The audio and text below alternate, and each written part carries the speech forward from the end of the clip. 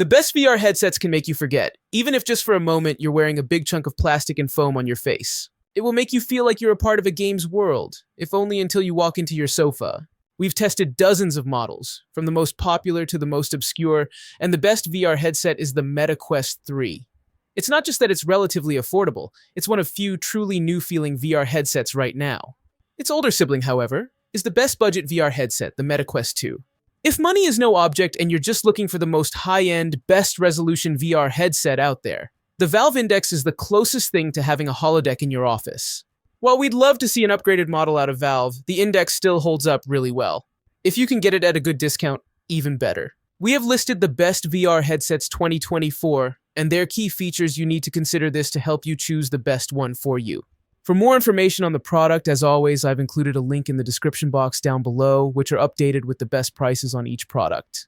Like the video, comment, and don't forget to subscribe. Be sure to stay tuned till the end so you don't miss anything.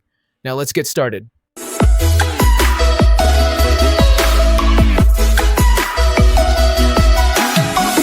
Number 5. Pico 4. Powered by the same Snapdragon XR2 processor as the Meta Quest 2, the Pico 4 is an incredible contender for the entry-level VR throne. There's so much to like here, with every spec seeming to one-up its main competitor and for less cash. Though inevitably there's a catch for would-be Pico 4 users on the US side availability. In the UK, you can get hold of the Pico 4 for $380 monies less than the new Quest 2 price tag. The 256GB version sits closer to Meta's higher-tier offering at $430. Compare that to the similarly spec'd mid-range HP Reverb G2 going for $655 even today, and it becomes abundantly clear that the standards are shifting in the VR space. You can get so much more for your money than Apple would probably have you believe, as ByteDance proves with the stunning Pico 4. The major drawback for most of our readers is that the Pico 4 isn't available to US users. Any Amazon listings you might see will sit at around $800, often with another $100 on top for international shipping. I would not recommend my North American friends pay that much for the Pico 4, but for those countries with availability, put on your bibs because ByteDance is serving pancakes. That's pancake lenses, to be precise, the inedible kind. This lens tech involves folding together loads of lenses in a curved shape for some light-based magic, and frees up some processing power as the headset doesn't then have to digitally fix the distortion you find within standard Fresnel lenses. Granted, it does mean a smaller field of view, but I'm more than happy to forfeit a little peripheral vision for the privilege. Couple such a technological marvel with that 4320x2160 resolution. And Pico 4 has the best visuals of any entry-level headset I've checked out. Number 4. HTC Vive Pro 2. Despite my qualms about tripping over cords, PC-tethered VR is still going strong as seen in the excellent Valve Index. Before the Index, though, Valve partnered with HTC to produce the first Vive VR headset to work with the Steam VR platform. The two companies parted ways on VR development, with HTC vying for much more enterprise and development attention with its Focus and Pro Eye headsets, while Valve released the Grip Sensing Index. HTC isn't out of the consumer VR game, however, with its middling but functional Vive Cosmos headset and its new Vive Pro 2. Despite its name, the Vive Pro 2 is intended for both professional VR and consumers, offering the same Steam VR compatibility as the Valve Index along with HTC's own VivePort ecosystem. On one hand, it offers some of the highest resolution and cleanest visuals we've seen in a consumer-available VR headset. On the other hand, it's by far the priciest at $799 for only the headset, requiring a sizable extra spend for the base stations and controllers it needs to work. The Vive Pro 2 headset looks like a darker version of the Vive Pro, and not too dissimilar from the Vive Cosmos. It's black rather than blue, but otherwise shares a nearly identical design. The front panel combines the original Vive's nubbly points, which the base stations use to track position, with the Vive Cosmos's front-facing stereo cameras, which the headset uses to track surroundings. That headset section can be pushed forward or backward against the face mask part with the press of a button on the lower left corner, letting you adjust the distance between the lenses and your eyes to improve focus. A knob on the front panel's lower right area lets you tweak pupillary distance, how far apart the lenses are horizontally to best align with how far apart your eyes are. Number 3. Meta Quest 2.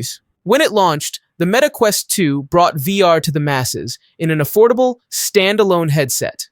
It may no longer be the best VR headset we've ever tested. That title belongs to the Meta Quest 3, with Apple Vision Pro in a close second. But even now, this remains a great entry-level headset if you want to get into the world of virtual reality.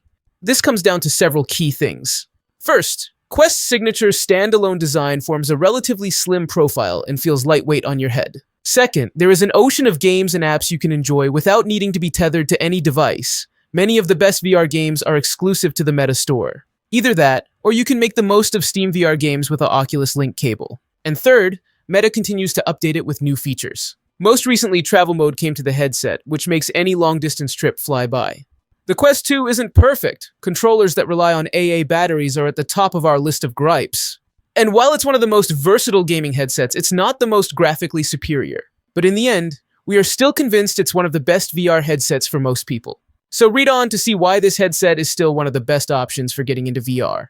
Typically, the Meta Quest 2 starts at $249 in the US and $269 in the UK for the 128GB unit. And with the Quest 3, now the top Quest headset Meta has made the Quest 2 the entry-level model of a larger VR headset lineup and is pricing it accordingly. This pricing brings the Quest 2 back to its launch price. It's gone through a couple of changes. At one point, Meta increased the price of the Quest 2 to $390 for the 128GB headset, but not long after it had to regularly discount the headset or bundle it with games. Number 2.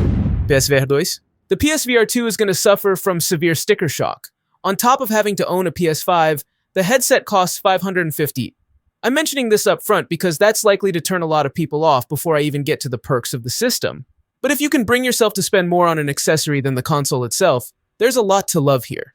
Sony's new headset is a massive improvement over its predecessor in almost every way.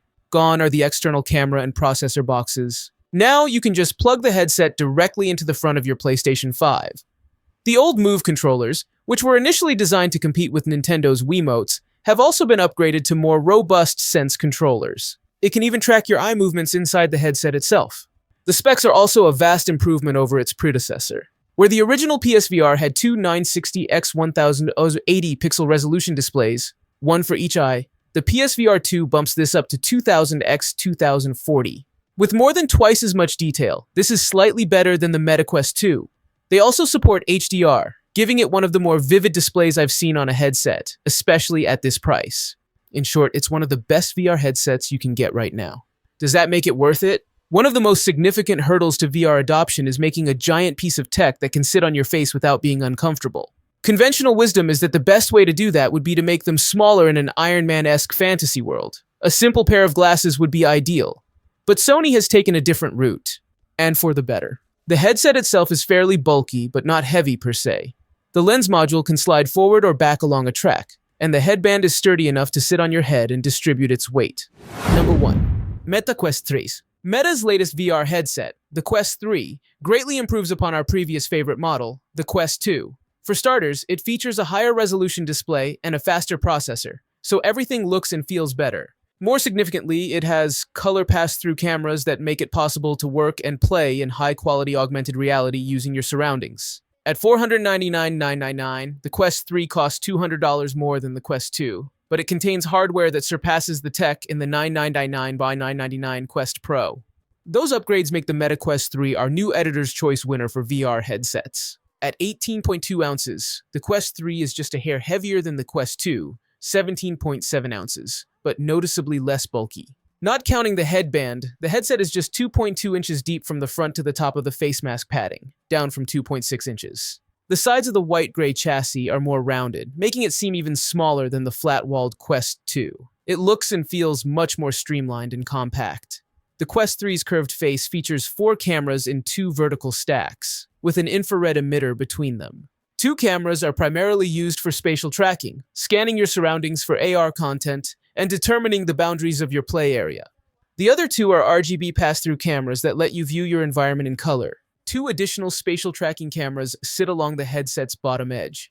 A pupillary distance, PD adjustment dial, and volume rocker sit between the bottom cameras, along with a 3-contact connection for the optional $129.99 charging dock. If you don't use the dock, you can charge the headset using the USB-C port on the left hinge. A power button rests just below it.